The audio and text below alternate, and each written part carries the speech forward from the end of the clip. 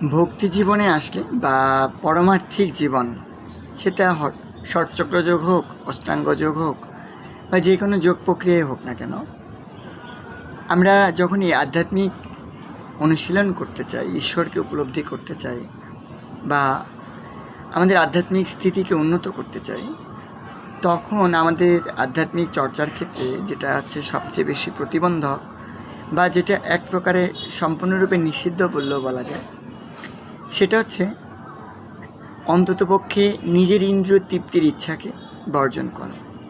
আমার আধ্যাত্মিক যে রুলসগুলো আছে সেটাকে সর্বোচ্চ প্রাধান্য প্রদান করা। যেমন স্বাভাবিকভাবে কেউ যদি তার দেহকে স্লিম করতে চায় বা একটা প্রক্রিয়াতে আনতে চায়, সেক্ষেত্রে তাকে কিছু খাদ্যাভ্যাসকে বর্জন করতে হবে, কিছু রুলসের মধ্যে দিয়ে তার জীবনটাকে পরিচালিত করতে হবে। তো ঠিক তেমনি কেউ যদি তার আধ্যাত্মিকভাবে উন্নতি করতে চান, কেউ যদি ভগবানকে প্রাপ্ত হতে চান বা ভক্তি অনুশীলন করতে চান, তাকে অবশ্যই কিছু হলেও বিষয় ভোগের বাসনা পরিত্যাগ করতে হবে।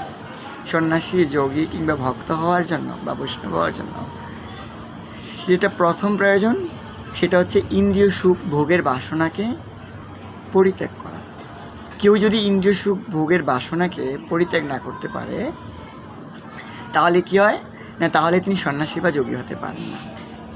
আমরা দেখি আমাদের আচার্যরা সিদ্ধান্ত দিয়েছেন যে, বলেছেন অন্য অভিলাষিতা শূন্যম, ভক্ত হওয়া মানে বৈষ্ণব হওয়া বা ভগবানের প্রিয় হতে হলে অন্য অভিলাষটা বর্জন করতে হবে।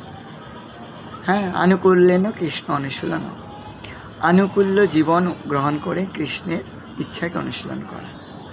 ভগবানও ভগবদ্গীতাতে তিনি বলছিলেন যে, হে পাণ্ডব, যাকে সন্ন্যাস বলা হয় তাকেই যোগ বলা হয়, কিন্তু পার্থক্য হচ্ছে সন্ন্যাসী বা যোগী হতে হলে অবশ্যই ইন্দ্রিয় সুখের ভোগের বাসনাকে ত্যাগ করতে হবে।